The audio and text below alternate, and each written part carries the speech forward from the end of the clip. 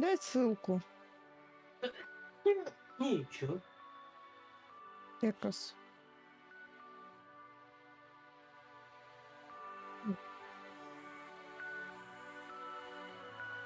Вот, спасибо.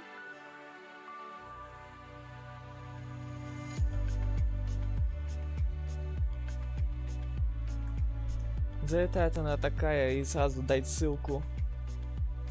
Да, всем здрасте. А чё нет-то?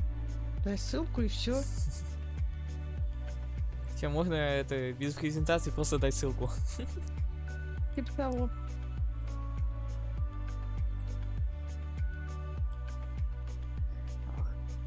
Тут он, кстати, показывает то, что могут, ну точнее, что будут сегодня показывать. Ну, в отчет, да, пока идет отсчет. Какие игры? И? Видео там As Dusk Fall, который это интерактивный фильм. Нарака Breakpoint. Тут он еще Pentiment, вот это я что-то не могу вспомнить такую игру. Привет, Котлетос. Привет, котлета.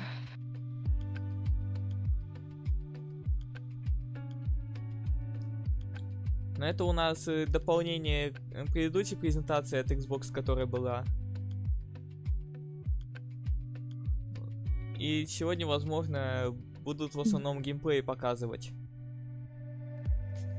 Это, в принципе, и в сразу геймплеев было много.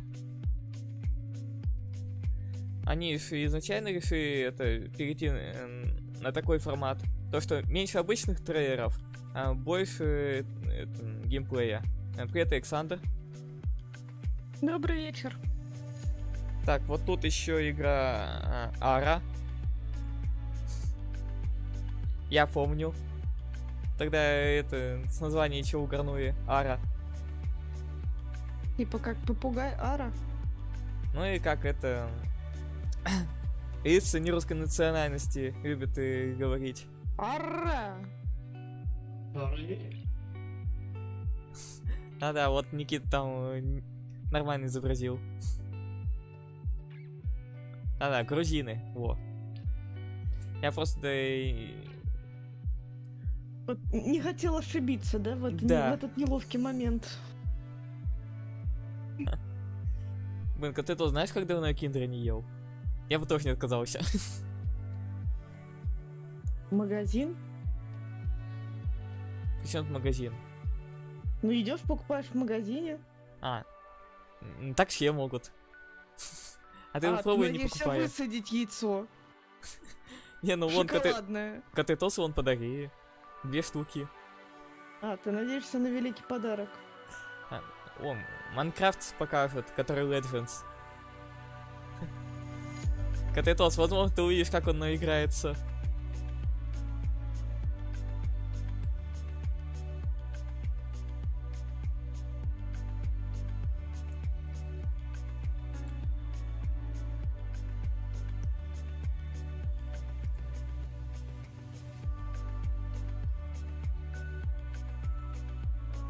Ой, я наконец-то вспомнил, что за игра Pentiment.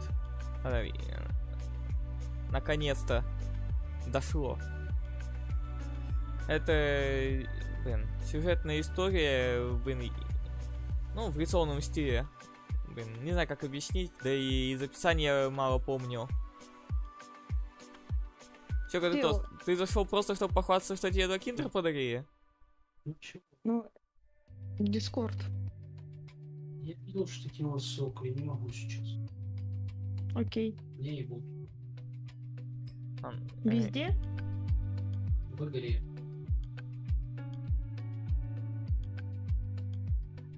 Ты к тигре слаешь. И в предатель. В каком месте он предатель? Он просто меня любит больше, чем тебя. Я, в отличие от некоторых, его не обижаю. Я, наоборот, его защищаю. Он сам обижается. Я его не трогаю. Ага, ты бы слышал себя порой что-то говоришь? А тебе пушистый. Ага. Пяткой в нос бы тебе хоть раз заехать. Белый и пушистый.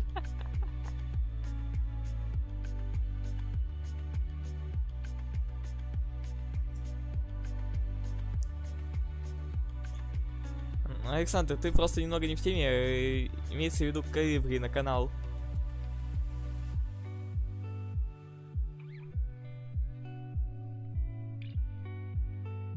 У нее просто другой ник Тигр Альбинос. Ну, вообще, Тигр Альбинос ник у меня появился намного раньше, чем Black Calibri.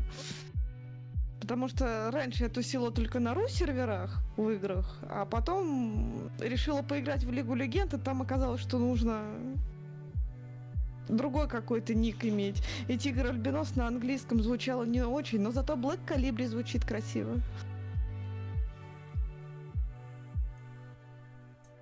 Поэтому я вот так и осталась. И Тигры, и Калибри, и Ксения, да, и это все один человек. Короче, шиза по полной. Блять, не трогай моих оленей. Да, это мы еще и не трогаем. Это только твои личности мы затрагиваем. Олени это тоже мои личности. Но только уже более ассоциированные, скажем так. Сконструированные в мозгу.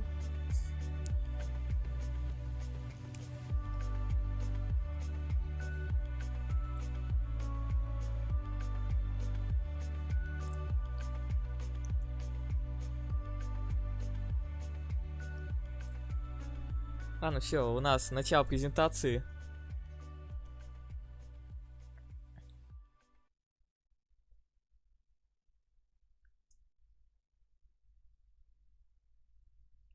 Ох, как много очень у нас появилось. Плане. Где 18 плюс? Привет, котлет. Да там это... А почему у тебя опять на пару секунд раньше? Я не поняла. Чуточку подмотай вперед. What's the need for the extended? Why add that extra word? Like, is there one that's not extended? And that's why? Я пока не понимаю, что это конкретно. Тут просто три болтающих чувака пока что. И, к сожалению, в этот раз нам русские субтитры не подвезли. Да, вижу. Можно только английский врубить. А жаль, в тот раз прям постарались, прям 30 языков субтитрами закинули. А, кстати, презентация Capcom была всего 35 минут.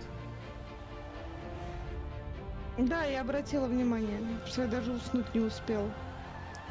Но они потом так подставили. В плане. Да и, короче, заканчивается презентация, тут же начинается новый отсчет. 30-минутный. Но я думаю, что-нибудь еще покажут. Я ждал, честно, эти 30 минут. Они просто взяли и презентацию заново запустили.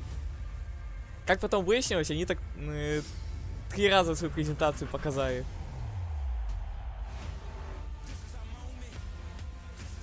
Короче, была какая-то непонятная дичь.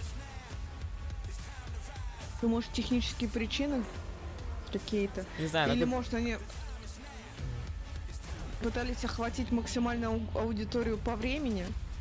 Но когда я смотрел первый раз, трансляция лагала прям прилично. Ну, ты видела. Silk Song. А когда уже второй раз трансляция пошла, она уже была без лагов. Слушай, я так понимаю, что нам прям все трансляции вообще не имеет никакого смысла смотреть. Нам проще посмотреть последнюю трансляцию, в которой мы увидим все предыдущие трансляции. А такой нету. Здесь половина игр показано, которых мы уже видели раз 10. Нет такой трансляции, которая собирает в себе трейлеры из всех трансляций. Было бы неплохо. А, кстати, да, по поводу Next Gen патчей. Они вышли, но не в России. Где Резидента.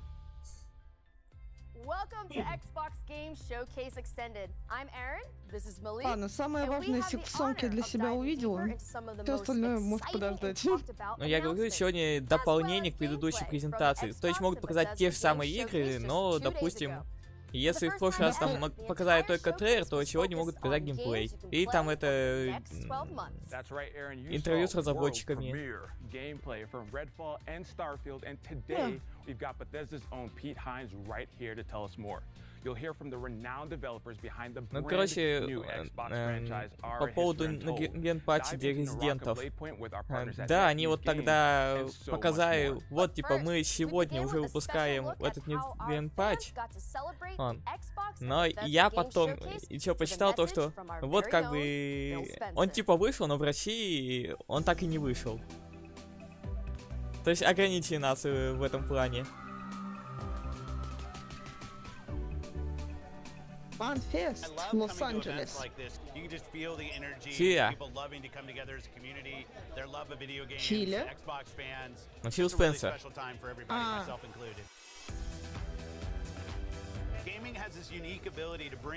А че, не узнала? Да не, просто я подумала, при чем тут Филя? Я вроде нигде софт не видела.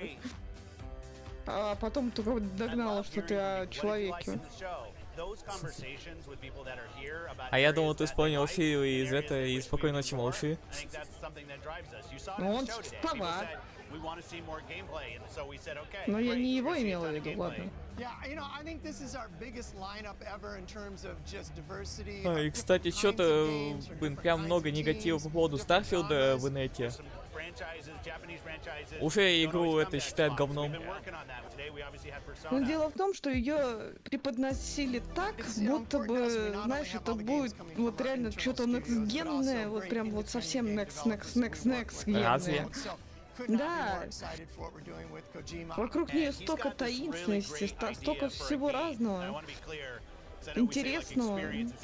А потом хлобась, нам показали сначала 10-секундный какой-то трейлер, где там комета пролетела, а через год фактически показали вот ролик. Так как бы изначально про Starfield практически ничего и не говорили, чисто это, так сказать, баловые, интриговые. Скандалы, расследования, интриги. Никто и не говорил, что это будет прям что-то сверхвыдающееся. А, кстати... Ну, а люди-то ожидали. Да пусть что... Знаешь, как... Пусть что хотят, ожидают. Ваши ожидания, ваши проблемы, все знают. И, кстати, вот тут такой важная еще... Важная поправка. Фия — это собака. Разве? Да. И там не было совы. Ладно, хер с ним. Я давно не смотрела «Спокойной ночи, малыши». Мне 30 годиков. Там была свинья, собака и это... Ну, хрен, понятно. Ворониха.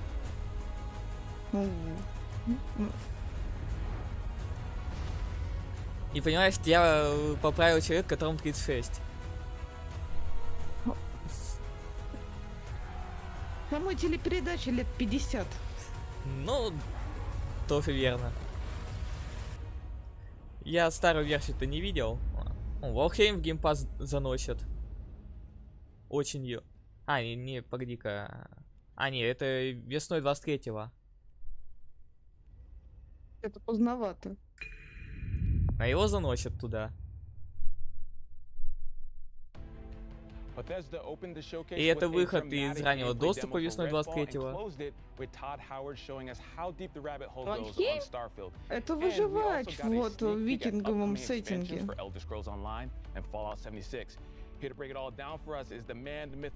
Причем недавно Келли с Фоксом в него играли, ты должен был видеть. Да, вот, получается, осенью его закидывают в геймпас, а весной выход из раннего доступа.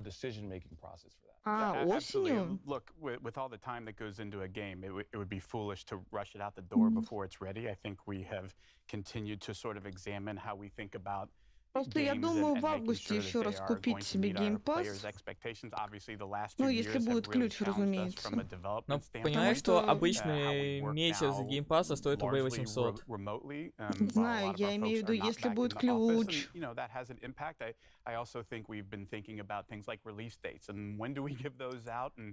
Ты же понимаешь, о чем я? Да. Вот. Если будет, я в августе попробую еще купить, чтобы все-таки те игры, которые я планировала отыграть все-таки. Там еще можно взять на 3 месяца за 1200 вроде. Много.